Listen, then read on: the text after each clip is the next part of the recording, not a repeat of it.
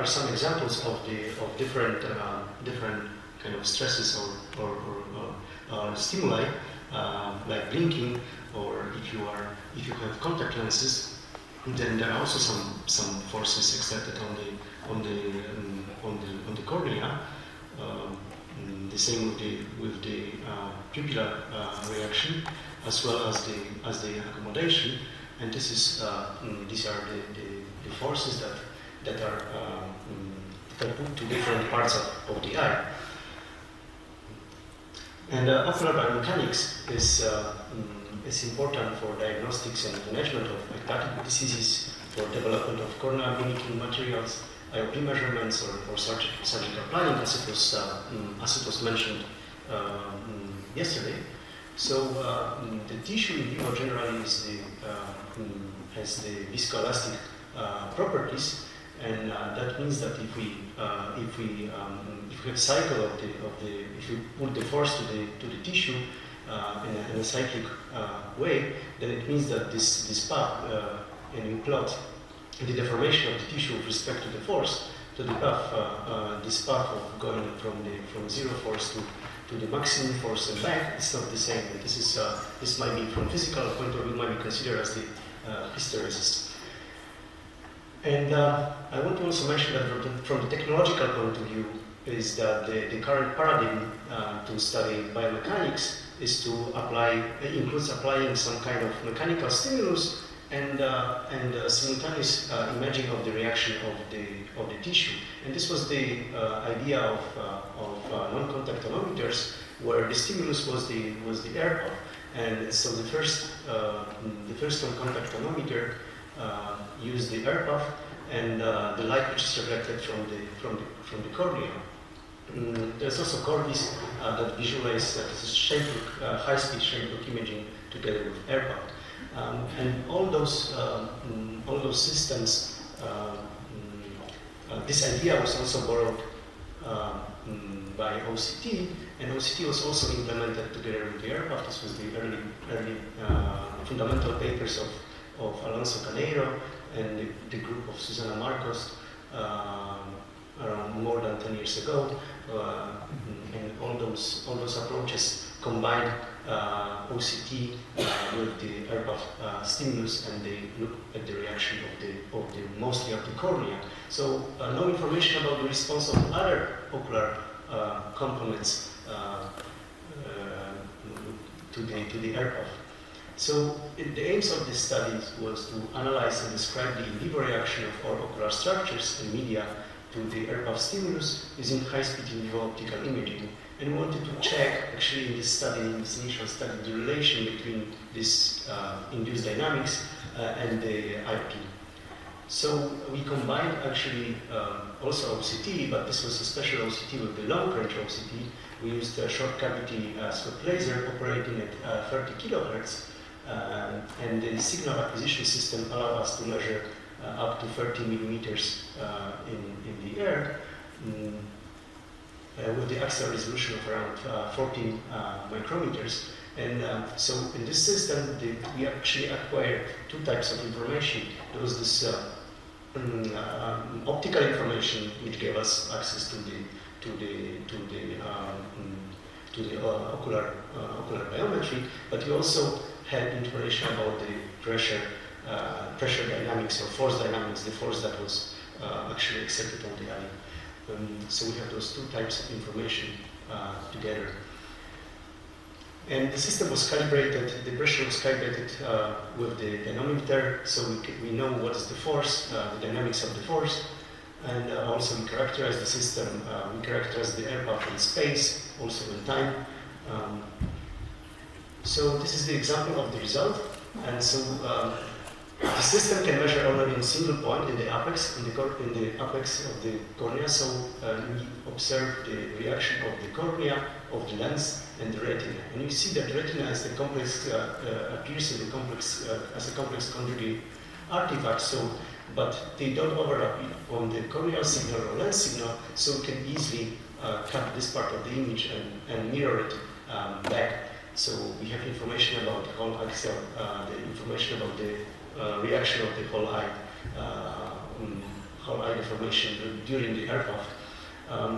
You can also observe that, which might be contradicting to what you think, is that the direction of the deformation is the cornea is correct. This is the air here, but here the lens seems to be in opposite direction. It's not.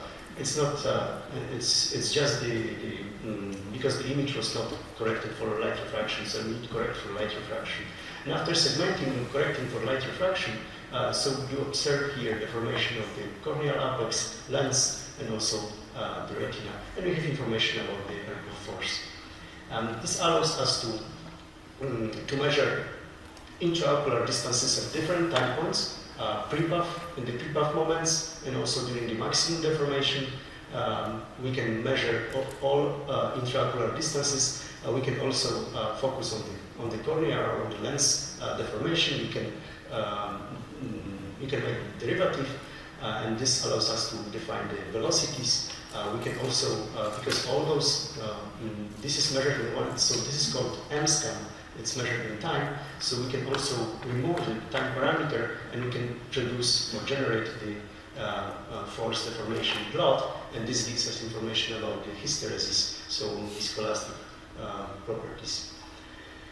And why this is advantageous to have this long-range OCT with the air path? Remember that the eye also reacts that there's a displacement of the tissues, and those displacement is composed of the real deformation, but also eye retraction. The eye is also moves back as a whole. So we were able to extract that information from our data by analyzing the dynamics of the retinal structures.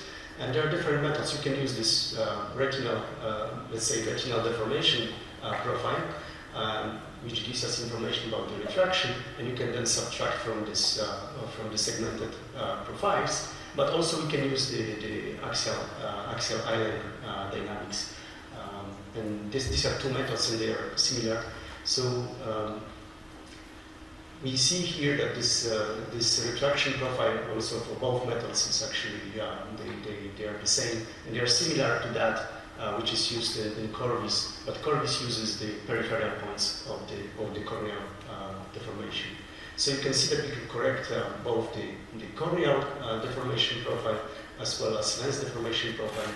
What's interesting is that after correcting, we observe that the lens, the blue curves are just corrected profiles, is that the lens behaves as it's like a damped behavior, which we may call as axial wobbling, something like that. You can see that this is important. The correction is very important because the hysteresis before and after looks quite different. And we recruited 20 healthy subjects, and we did slit lamp microscopy, vision acuity, corneal topography, also and gold bond accumulation biometry. And we had a study that we applied the IOP reducing drops, and so we measured before they applied the drops and 2 hours after the drops. We measured IOP and also the reaction. So we're able to study how the IOP impacts our dynamics. And so here is the example for one subject. It's a 33-year-old subject. You can see that if we reduce the IOP, of course, the deformation is higher. So you see that the deformation is actually of the order of millimeters. However, the lens reaction is of the order of hundreds of microns. So it's not so large. Yes. So why we see that because you can explain this as if you think about the ball. Yeah. If you pump the air to the ball, so it's harder to deform. So if the IOP is actually larger, then it's harder to deform the eye. And so what's interesting, we have this pre-air path phase and maximum during the maximum air path, the maximum deformation. And in this pre-air path phase, we can also study some parameters. So what we found is that we studied these intraocular distances, and you can see that, I don't know if this is true, but we observe that there is some kind of correlation between CCT and the IOP in the healthy subject, and the same comes to axial island. So it means that if you have elevated IOP in your eye, the eye somehow adjusts morphologically during the development. Maybe is that the general the tissues are thicker. I'm not sure if somebody knows if this is true. I'm not really sure, but so we don't see this relation with respect to the lens thickness. We also check the deformation. We can also compare the deformation, the thickness during the maximum air path and before the air path, and we call it compression of the tissues. So you observe that the deformation, if the IOP in the patient, if the generally in our group, the higher IOP, the lower deformation, and the same holds for the lens, but this relation is not statistically significant. So the compression, so we see also that the anterior chamber depth, of course, because the cornea is deformed, the anterior chamber depth is larger. So we observe here that there's information. So the eye becomes more elastic. Elastic properties actually have bigger influence on the reaction if we have higher IOP. So we also check the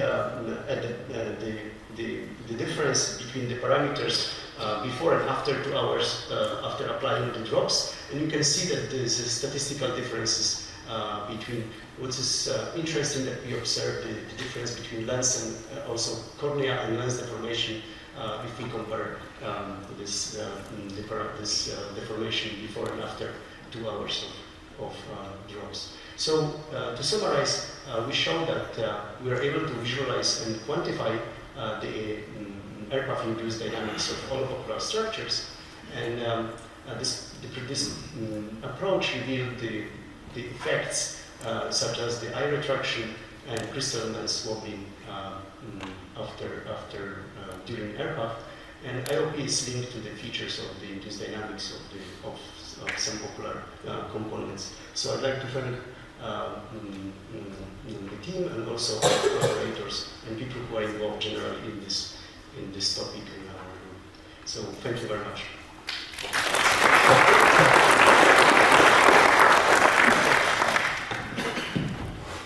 Thank you, Irek. We have time for one question.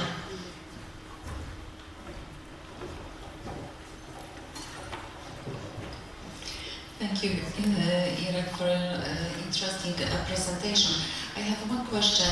What do you mean by deformation of the cornea? And I know that there are those displacement is just this deformation plus this retraction, right? Maybe I don't use these terms like correctly, but the total of displacement is composed of, let's say, deformation or deflection and this retraction. Okay, maybe I don't use these terms correctly. Okay, so refraction of the eye and changes in the refraction are not calculated from this deformation, as for example the radius of the cornea, the axial one. We don't calculate any parameters like refraction. Okay. Thank you. Okay, thank you. Let's thank our speaker.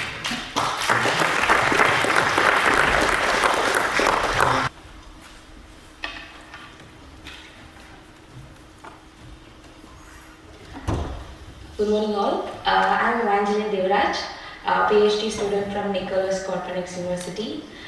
Today I'm going to present a topic, in vivo assessment of vitreous dynamic using swept source optical coherence tomography.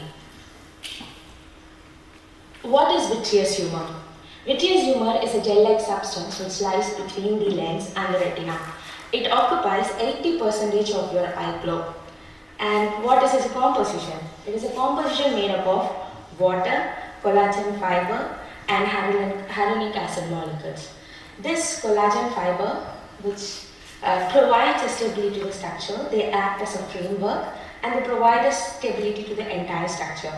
And the hyaluronic acid molecules plays a vital role in order to retain the water molecules inside the vitreous structure, and it forms a uniform consistency. And the water is 98% of water molecules are there. And here I shows a younger individual where the vitreous is very transparent and gel-like substance, because the collagen and water molecules and the hyaluronic acid molecules are uniformly it is aligned. Over a time, that is due to the age, the vitreous started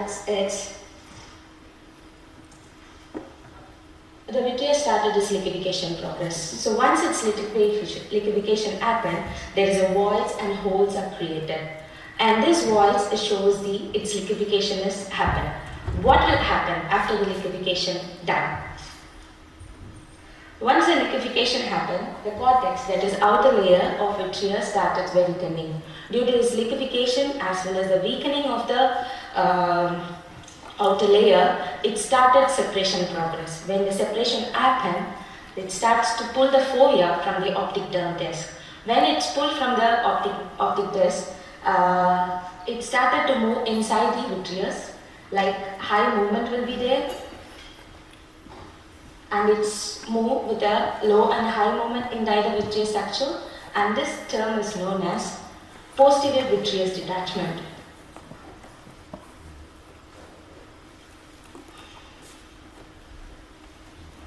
Yeah, this is called as posterior vitreous detachment. Due to the, it consists of 2% of macromolecules, where the entire macromolecules are responsible for the vitreous structure, and these macromolecules can changes due to the age, with respect to age, and highly myopic people. So what will happen? It shows an image from the 33 week of vitreous and till up to 88 of vitreous. It alters the collagen and hydrogen and water molecules are altered inside the vitreous human. Invisible by design. This captures an idea until if you don't capture the vitreous, it causes problems, and the problems are. Have you all ever noticed a tiny web structure and around the center of your vision? I hope everyone will notice in this. Have you ever noticed like this kind of a tiny bubble which is in around your center of vision? When you look at bright light, or if you look at the blue sky, I hope everyone, right? Yes, they are known as floaters. And I will tell you that if you have a sudden increase of floaters, and if you have a blocked version, you need an immediate medical treatment. Okay? And another problem is macular traction and hole. What will happen to the macula when it started to shrinkage, due to the age? When it started to shrink, it started to pull out from the optic nerve head, and this causes a hole around the retina region. And this is a problem also. Retinal tear will be happen. So you will lose your vision. It's not losing your vision, you will find some blurriness in your vision. Patients with highly myopic as well as the age-related patients, they are experience more floaters, and that is termed as vision degradation myopia. This vision degraded myopia from the vitreous fluid particularly bothersome during the horizontal ocular sockets. Like while you're reading, while you're driving, you will experience this floaters will be more. And here I show image of ultrasound image of vitreous dynamic. We can see that's how it is moves inside, but this ultrasound image has some drawbacks, that has a very low resolution in order to identify the vitreous dynamics here. I already mentioned it consists of 2% of macromolecules, so which is very responsible for the entire vitreous structure and the viscoelastic properties.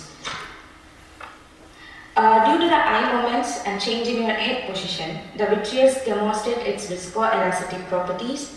The viscoelastic behavior of the vitreous plays an important role for the conditions like retinal detachment as well as vitreoretinal traction disorders.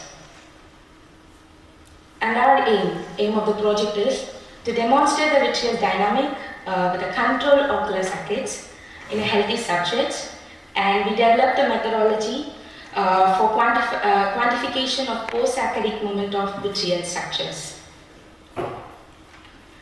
This is the experimental setup we used to acquire the vitreous humor, and the experimental setup consists of 100 kHz of Santec laser at 1060 nanometer of wavelength, and wavelength tuning range is 80 nanometer, and data acquisition is NI FPGA module with 4 gigasample per second, and the sensitivity of the system is 103 dB at 1.8 milliwatt. I want to mention here, this is a pilot study we conduct in our lab. So here we, as a participant, inform about the nature of the study and all. And we took 4 healthy subjects, 4 eyes, and age range between 20 to 50 years old. So how we acquire the data is, we request the participant to look at the screen and follow the target moving, and the target moving is placed at 0 and 10 degree. So, along with that, we capture the data like 3D acquisition, 2D plus time, and repeated B scan. And along with that, we also measure 4D imaging, that is 3D plus time and repeated volumes.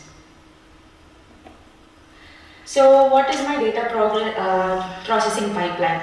So first is acquire the data acquisition, and after that we did the manual tracking in order, and then we did the mathematical model to the fitting, and finally we estimate the velocity with the formulas.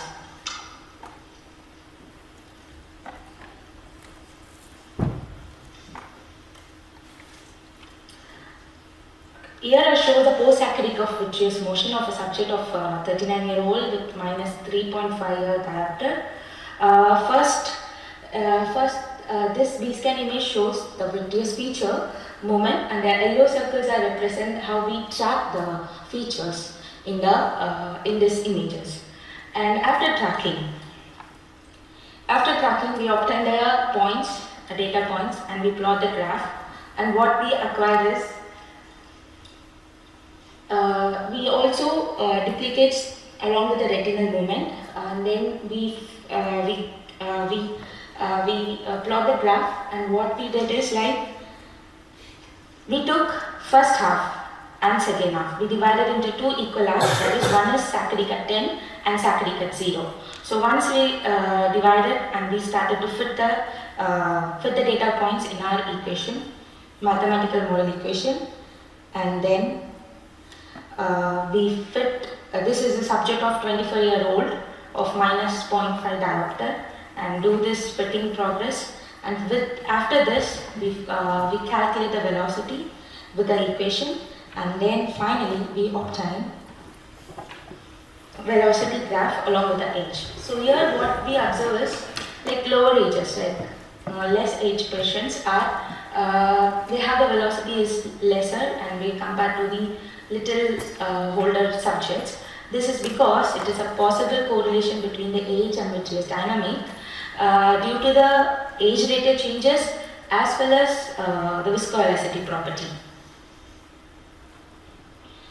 So what finally we did is quantitative and qualitative analysis. So this initial findings is going to support our future data processing for deeper insight, and we are going to expand the data collections, like plan to collect more subjects in our study. And what is another thing we are planning to do is induced saccadic mode, that is wider ranges. We are planning to do wider ranges of induced saccadic movements for comprehensive analysis. That's it, and I would like to thank my team and collaborators and my supervisor and co-supervisor. Thank you.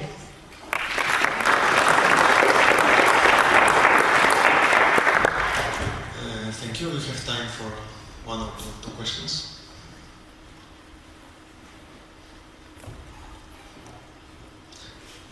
No? Okay, so have you tried to compare those results with this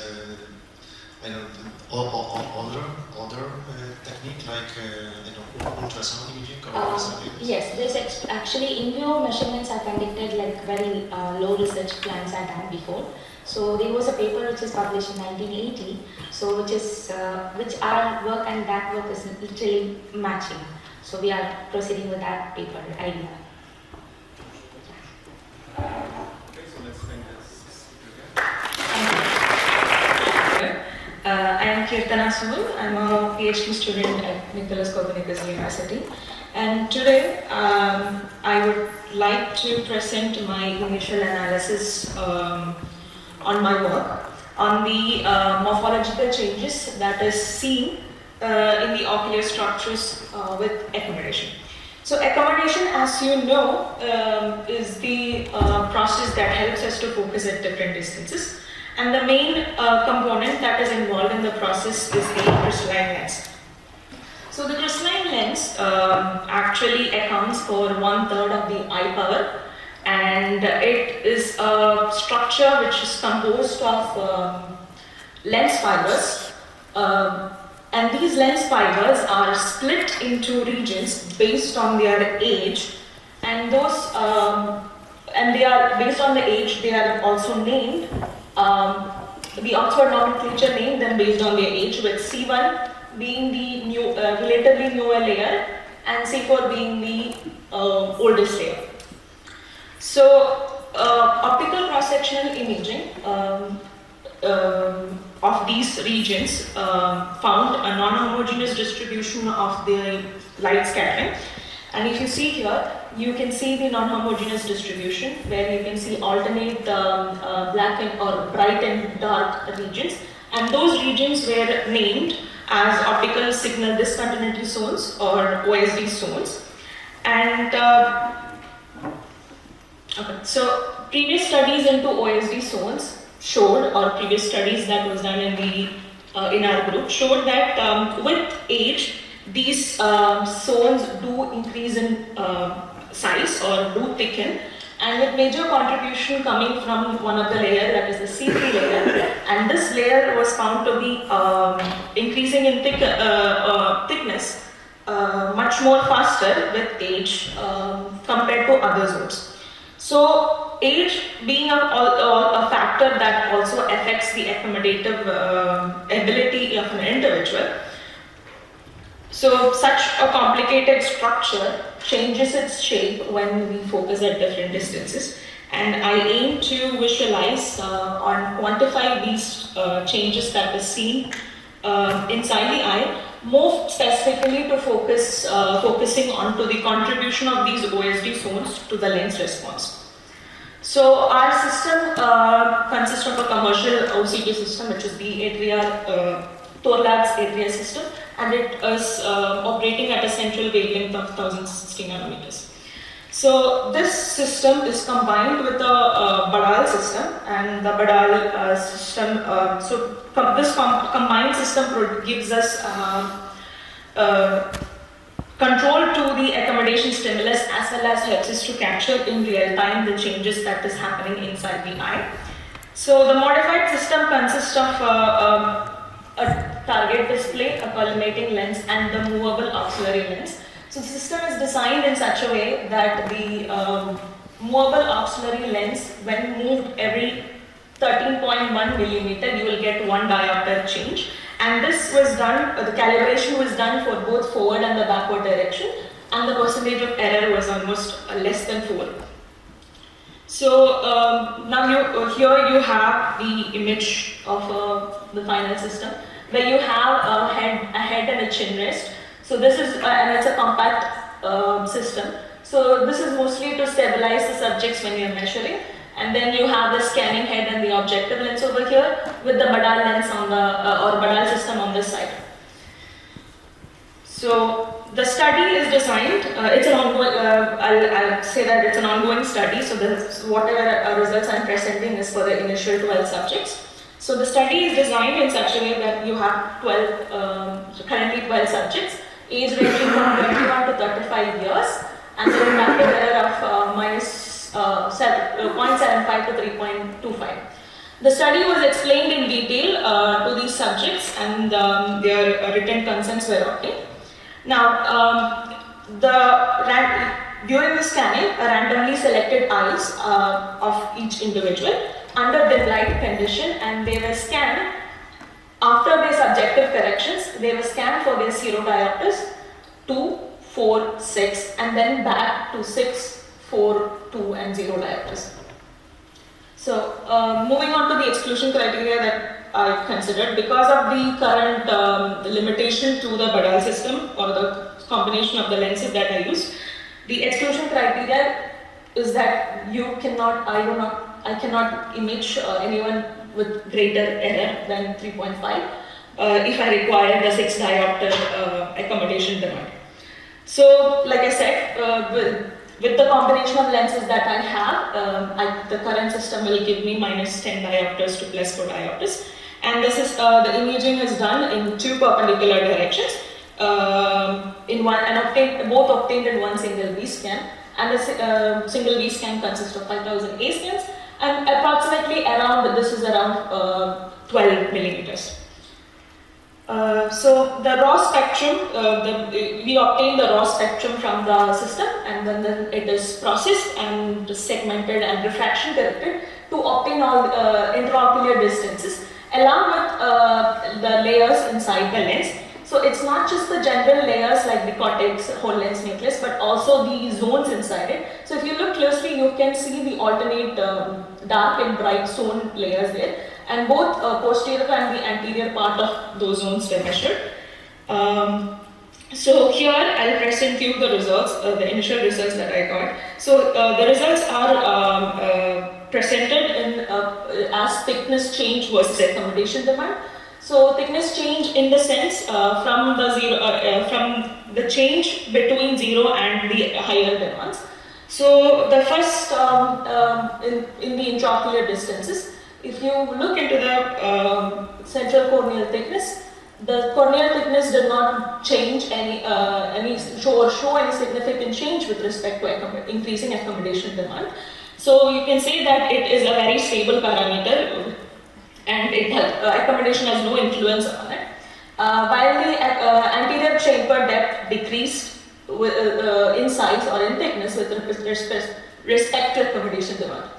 So moving on to the axial length and the lens thickness. So you can see that axial length showed a significant change for higher accommodation demands, but not for the lower demand. And the lens thickness was found to be increasing with increasing demand. And these all results do agree with the previous studies. So moving on to lens and its components. So lens components in general, you can divide it into nucleus and the cortex. So the nucleus was found to be increasing with increasing demand, while cortex showed a decrease. The decrease is small, but it is still a significant decrease according to the statistically significant decrease.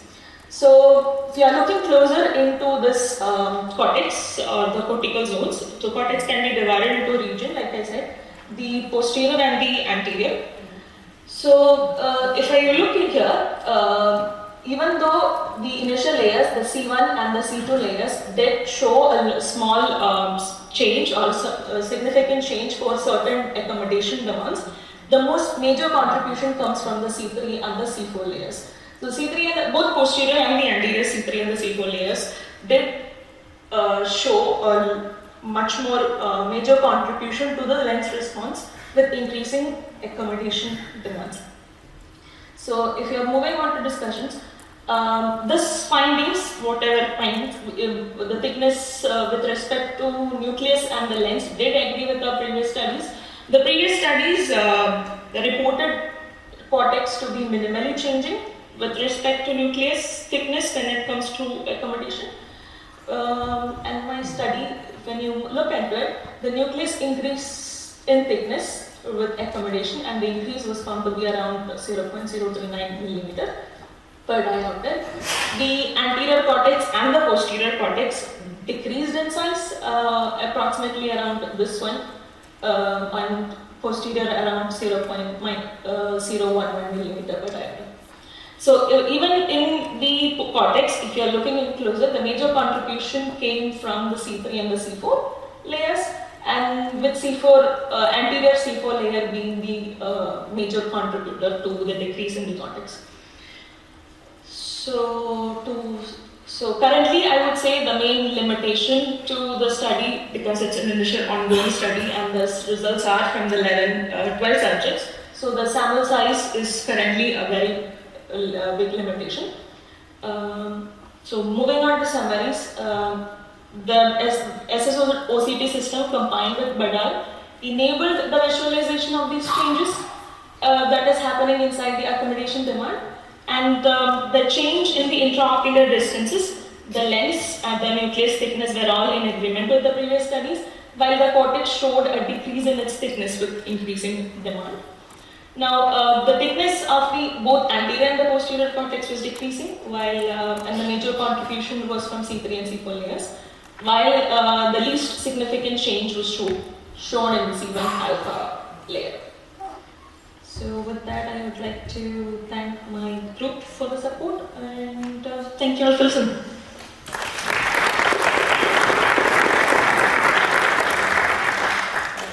Thank you. We have time for a few questions.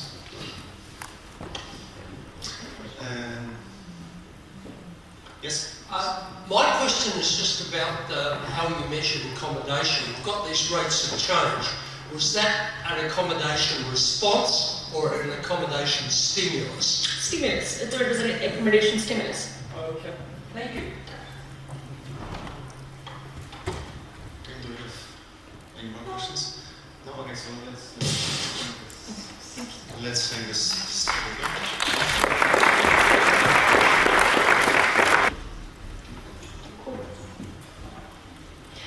Good morning, I'm going to be talking about something completely different. I'm going to change the gear a little bit and talk about artificial intelligence, in particular about deep learning with the application of keratoconus detection. So, okay, the context is, the idea is, as always, really try to detect keratoconus early, and this is because every time we need more and more refractive surgery, it's on the rise, more people have myopia, and it's very bad if you're about to have refractive surgery, and if you have a keratoconus and it's not known by the doctors. So that's why there is this chase to try to really detect it early. And this is the material that we have, these Samsung images. So, we decided to use Pentacam because it's the gold standard in clinics. It's the images that are more often used for doctors. The problem is that these images are really low resolution, especially if we compare them with OCT.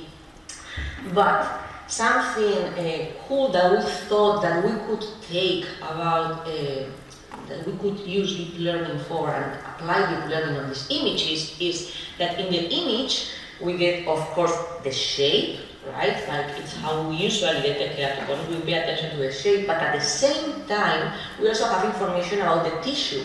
We have different pixels in the image. So this was a way to combine both ideas, right? So, can we use deep learning to help us retrieve useful information for keratoconus detection? Deep learning has been used in the eye mostly for the retina, but there is barely nothing done on the cornea.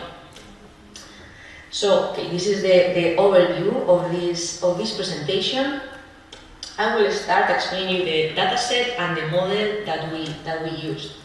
So, the data was acquired from a single medical center. This was a Chinese hospital. We had almost 500 subjects, young people. And as you can see, the number of eyes, the number of images, it's almost 22,000, which is crazy, but it's necessary to really try to play in this ground. The image resolution corresponds to just the image of the cornea, and we divided these images in 3 classes. So we have control eyes, we have keratoconus eyes, and we have forme-fruste keratoconus eyes. That forme-fruste, that FF, means that this is the fellow eye of a person that in one eye has keratoconus, but the other eye looks healthy. but the doctors know that that's gonna develop keratoconus at some point because this is a bilateral disease. So that's why it's so difficult to differentiate between this FF and the control, because with the technology that we have right now, they look exactly the same to the doctor. I put that warning sign there because, as you can see, the groups are highly disbalanced. And this is something that happens in reality. These form-flustered eyes are very difficult to find, but the computer doesn't care of what happens in reality, and this is going to be a difficulty to get good results. We divide it in training, testing, and validation, ensuring no leakage as usual. So the idea is that we take the raw image because this is the rawest information that we can take from the device. We have a model and we will get a label, right? One of these three groups. So this is the pipeline or the overall idea of what we want to do. We implemented transfer learning. This means, so our deep learning model was based on transfer learning. This means that we took off-shelf an architecture, a model that was already trained for other tasks and worked very well for other tasks that had absolutely nothing to do with the eye. Okay, so this was off-shelf. And now our duty is to tweak that architecture, that model, to really make it fit for our purpose. So this architecture is based on what's called the BG16 model, which means that it has 16 deep layers and different modules. And now let's say the core, because as I till this point this was off-shelf. And now this is extraordinarily important to understand because I think we have that feeling that this deep learning is that, okay, I have information and I just put it into the computer and I'm gonna get amazing results. It doesn't work like that. There is a lot of tweaking and working with the data to really try, so there is interaction with the machine to really try to get the best out of that. So we have to, first make sure that we would address that problem of class imbalance, so that's the data resampling, and also we needed to pre-process the data. So how can we solve that disbalance? So the easiest way possible is something called random oversampling, which means repeating your data. And so you feeding the machine with the same data a couple of times can help. Something more sophisticated, it's what's called data augmentation. So an idea here is you have your original image, and also what's written in the graph with P is the probability. So we would rotate it from a couple of degrees, and later we either flip it or don't flip it. So that way, let's say that we artificially create new images.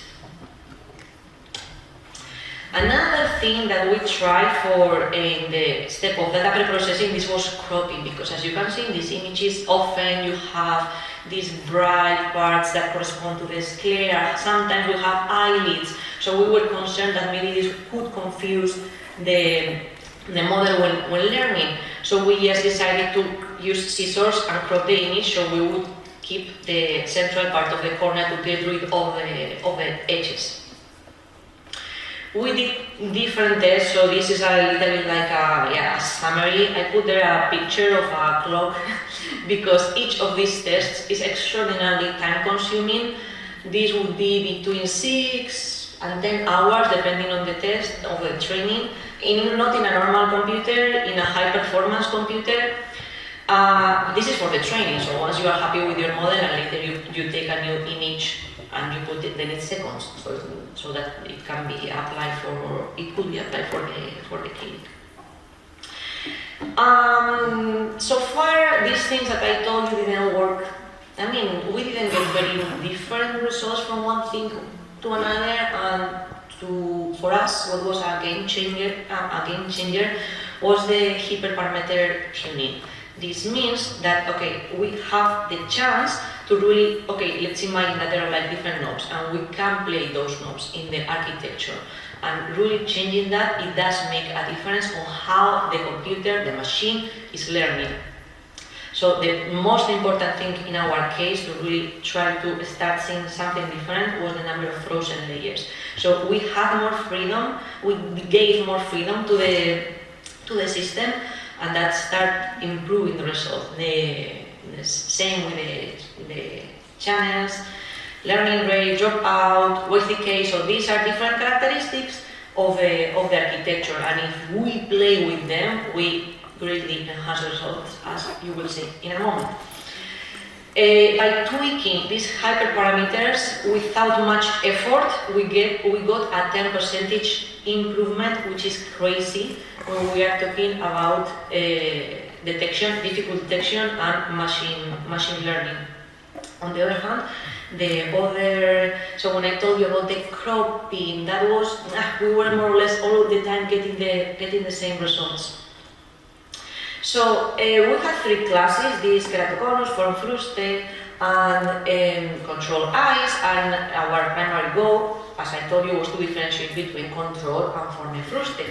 We thought that by giving also keratoconic data to the machine, that would learn better, and it was okay. It was decent. It was okay, 86%, as you can see. But okay, with the area under the curve quite good. Okay, not so good for Mefruste, that was what we were searching for. And here we have okay, this is just an example of the confusion matrix and the rock curve that you can see that there is, the problem is as usual, for Mefruste. But if we make it in binary classification, that it's really what it matters in the clinic, because in the clinic they don't have a problem to differentiate between Keratoconus and form fruste, that's clear. The issue is control and form fruste. It's quite decent. We've got an 80% accuracy.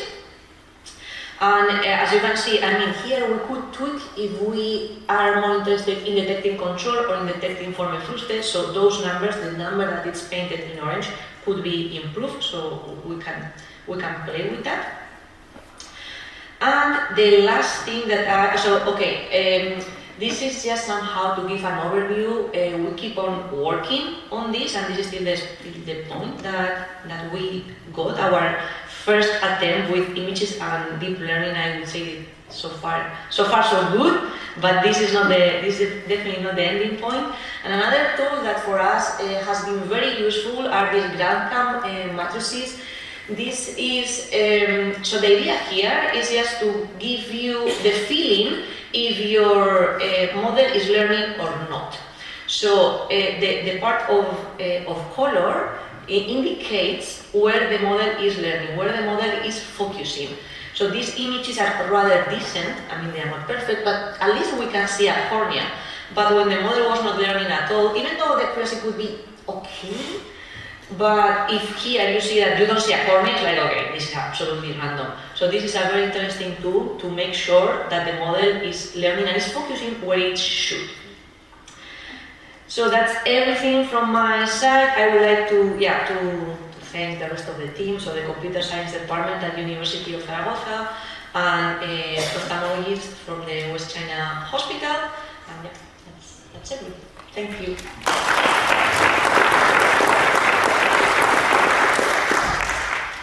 Thank you, Alejandra. We have time for questions. Please, Irek.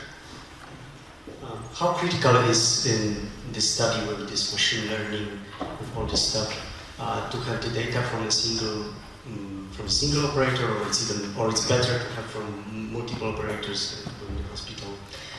Usually what we do is that we take all the data from one machine from one place, and later as a validation to make sure that that thing works, we test it with a different data set. So we don't use different data sets for training. Usually it's more common to use only one, and later to make you are happy. It's like, okay, let's say with the data from this other hospital if it works. Usually it's like that. Thanks.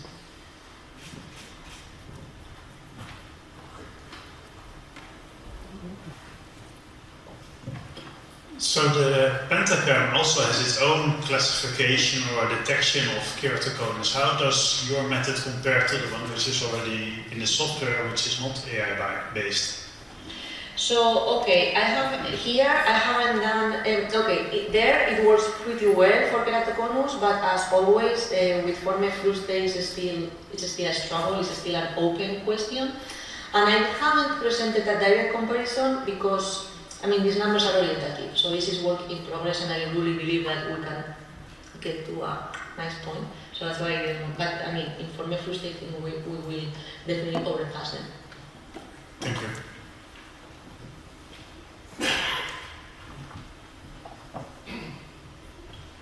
Thank you for the presentation. So I was wondering, you said you use this transfer learning. Network. Yeah. What are the pros and cons of using that compared to building your own architecture? Comparing to? Like building your own architecture for the neural network. Oh, but that's not my job. Let's say that's computer science work. So you know there are other people that build architectures.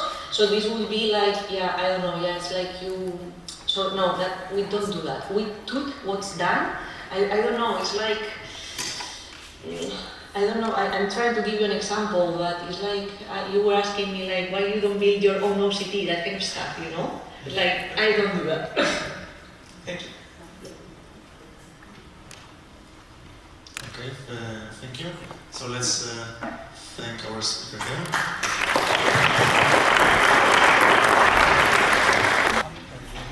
Thank you much for the introduction. Good morning. So this is a collaborative work of our university, Grulkowski University and the University of Murcia. The title is Accommodation and Crystalline Lens Micro Fluctuation Captured with Doppler OCT. So in this project we want to tackle the well-known process of accommodation, but with new modality. And accommodation, you know, this is the process of the eye that supply optical power to focus the image on the retina. So we are in an imaging group, so we would like to get image of this section. And what do you think about different methods? You came up with ideas like ultrasonography, or like slit lamp camera, OCT, which is optical coherence tomography, or MRI. So our choice is like we pick up the highest resolution method and the less invasive non-contact, which is obviously here, like optical OCT, optical coherence tomography. So if you go to the literature, you can find different nice positions that already tackling the problem.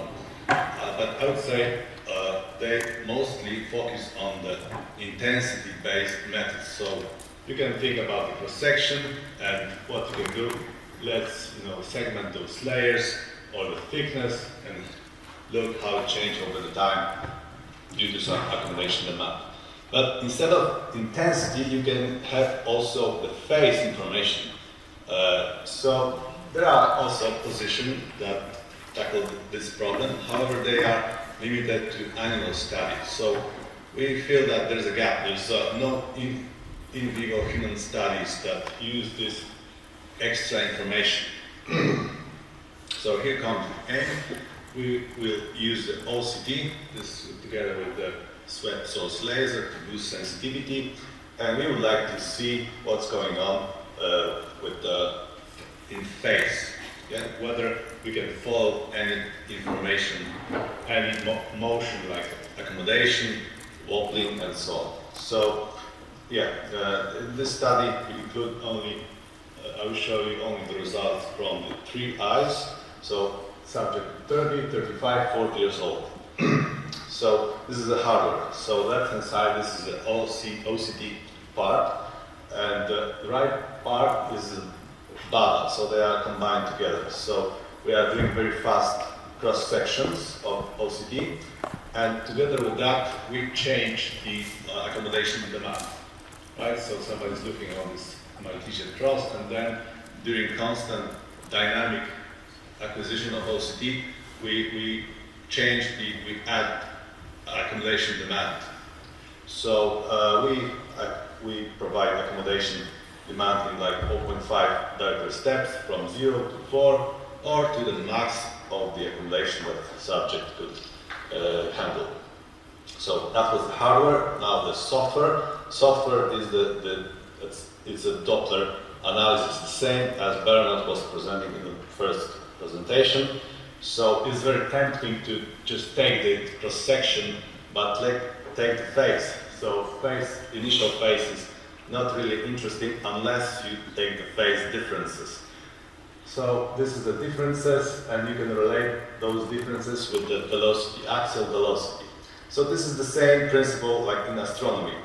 In fact, Doppler astronomer, he could determine whether the star was approaching to you or moving away just because of the change in frequency. Yeah, so here we look at the change in phase.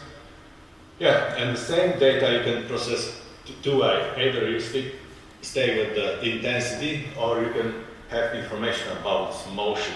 So you scoop out this and you're getting those vessels. Okay? So this is quantitative information but coded with the color, and the hue gives you information about this, whether it's higher flow or lower. You can get the axial velocity component. So, okay, so if something is flowing like this, let's code the blue moving away from you. Yeah, OCT scanner, let's say, is somewhere there. Approaching is red, moving away is blue. When it's this motion perpendicular, no actual component, so it's white, no information. Okay, so this is the software. And let's think, before I will show you final results, what we're supposed to get if we analyze crystalline lens. Let's do this way. So you can find in literature what types of motion the lens could make, right? Of course, here just a simple one like bulk motion because of the head, right, back and forth. Yeah, so this is the simulated motion, and this is what we're supposed to get in our experiment. So again, the red motion upward, blue downward. And the reason why I'm showing the color is that these phase-sensitive methods are showing you micrometer distances changes, so you will not appreciate any kind of like bulk motion of the structure. That's why I'm coding this motion with the color. Okay, so imagine that the lens starts to bubble. This is known from the literature, Pablo Arta and yesterday also presentation. So lens wobble because it's suspended on the zonals. So once it moves like this, we should see this change in color, like depends whether it's clockwise or counterclockwise motion. Okay, so we have the wobble, and now let's simulate this bulging or like thickening because of the accommodation. Yeah, so this is kind of sinusoidal motion of the stretching the lens and what we should expect. Okay, I don't know if that cue helped you, but let's finally look on the experimental results. So, so this is the result of the OCT imaging. So you have here the structure, you have the Doppler. So what is very interesting, if you look on the structure, you may get the impression that it's kind of static tissues, like kind of maybe frozen. You can appreciate a little bit of motion maybe because of the convergence during that accommodation, but the huge drastic changes are happening with the phase. Yeah, so you can see here all those type of motions. So those stripes are related to this wobbling type of motion. Here I have this cross section along the Z and Y axis. So this big jumping line, it's the wobbling, and this black one is the tilt. Sorry, wobbling, and this is the black is the bulge. So how the lens expands. Okay, so if you I will stop that movie. I don't want to get you epilepsy or something. Okay, it should stop. No, sorry. So if you pick up one frame out of it, you can if you unwrap the face, you can really appreciate this kind of tilt kind of motion because of the wobbling. But if you integrate like more of those, you can see different types of like this stretching. Yeah? So this everywhere you can put your cursor, you will get the value. but let's pick up some easy parameter. For example, this bulging speed. So just take the velocity of the anterior, posterior, and let's subtract them. And this will be like a bulging or thickening speed. Okay, another thing you can take is like from the image, structural image, you can take the just thickness, and let's call it lens thickness. Okay, so this is those changes in the thickness from 0, so surplus differences, and this is this bulging speed. Okay, we monitor the correlation because sometimes the motion is too high.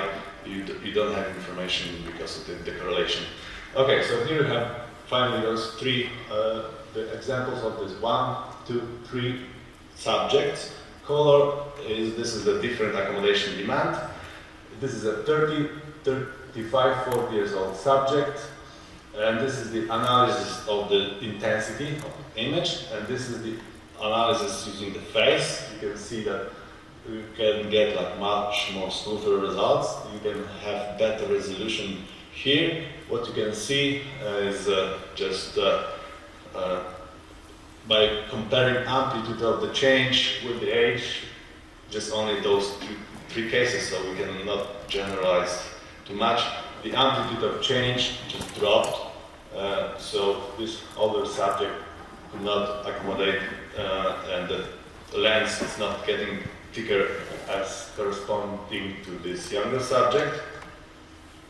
Okay, the other parameter, this is this bulging speed. Okay, so what is very interesting here is that if you don't even put any accommodation demand, so this black curve, 0, it's like the lens like constantly makes some like small micro accommodation, and this was in fact reported in the literature. So if you look on those values, 0.3, 0.4, this is the thickening speed. Those values could be also found in the literature. Yeah, these values reported by Urgery a few years ago.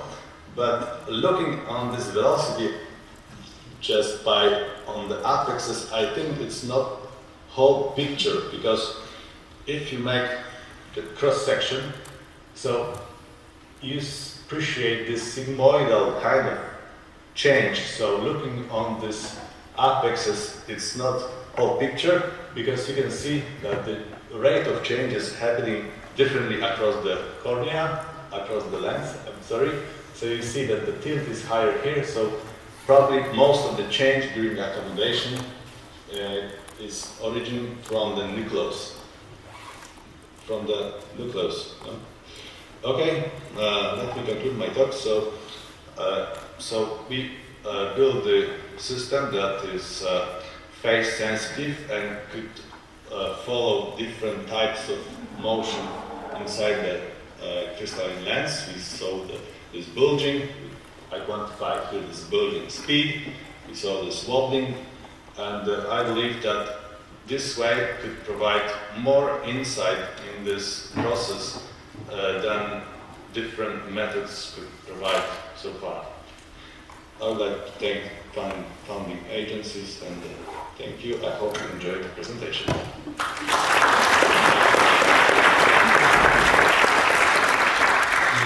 Thank you. We have time for a few questions.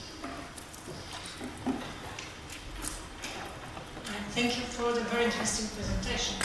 I'm just a simple eye surgeon, so I'm a little bit out of this area. This is very interesting, very beautiful stuff that you are showing. But for us, for the eye surgeons, more interesting would be to see this lens wobbling for the pseudo-fucking lens. Because our problem is not a young, healthy eye with accommodation. Our problem is the patient who has already had his lens exchange and comes to us with some dysphotopsias, with this flickering, and this is probably connected with this axial lens wobbling. So I would encourage you to do these lovely examinations on the pseudo-phakic patients. Thank you for your comments. So far, fortunately, the study is limited for healthy, young, well-trained, because it's highly demand measurement to take once you analyze the face. So I don't know whether this extent by going with the face will like help. Maybe just by keep sticking with the intensity, maybe it will be just enough. So, but thank you. I thank you for your presentation, of course. I have two questions. One is related to the previous one. I mean, pseudophakic lenses, IOLs, are usually transparent. I mean, they in the OCT images they manifest only. They are manifested mainly by the surfaces.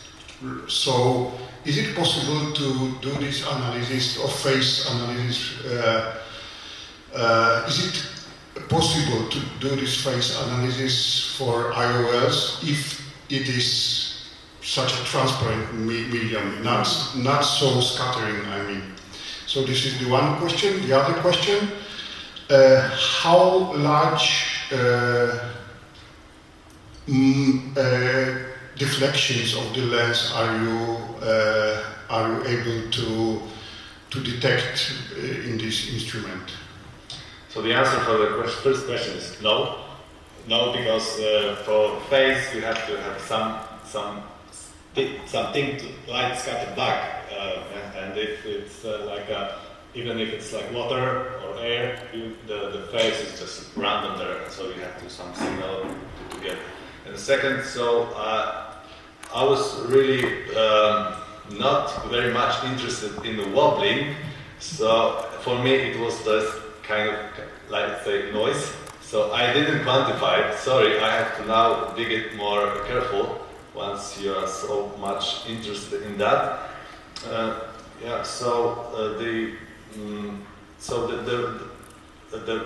The motion needs to be in the millimeter per second range. So if it will be too high, I will lose my correlation. So I didn't quantify it, but I will do it. So I'm sorry to conclude. It's rather not about the absolute value of the deflection, but rather the speed of the deflection that you are able to detect. So it really matters how fast you are sampling, but I would say that sorry, I will not answer that because I don't have even any number. I was not dealing about this thing, but only with the axial displacement. Sorry. Okay, I don't see any more questions. I have one. So, what distribution of refractive index in the lens you take when you calculate the displacement or the size changes of the lens? So we know that there should be gradient value, but we took the effective value, I think 1.42. I don't remember, sorry. It was effective refractive index value, but I forgot. Okay. So when you showed this sigmoidal function, you took average refractive index, right? This is just, let's say, optical path length. So it's not corrected here as for this plot. Yeah, I don't even quantify it yet. So this is like optical path length. So it contains information about the motion multiplied by this refractive index. So it's not correct for that. If you took this gradient refractive index, this function would become more sigmoidal or more straight, I think. What's your guess? So will be more big optical geometrical distance here. Hard to imagine. Okay, let's have a look. Okay, so let's thank the speaker again.